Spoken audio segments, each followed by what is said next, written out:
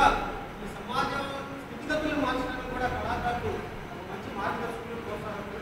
కాబట్టి మరి మీ పెద్దలందరూ కూడా నేను తెలియజేసుకుంటూ మరి ఇటువంటి ఇంత మంచి సందర్భంలో మరి మీ అందరి ముందు తెలుసుకున్నవాడిని నాకు కూడా మాటలు మాట్లాడే అవకాశం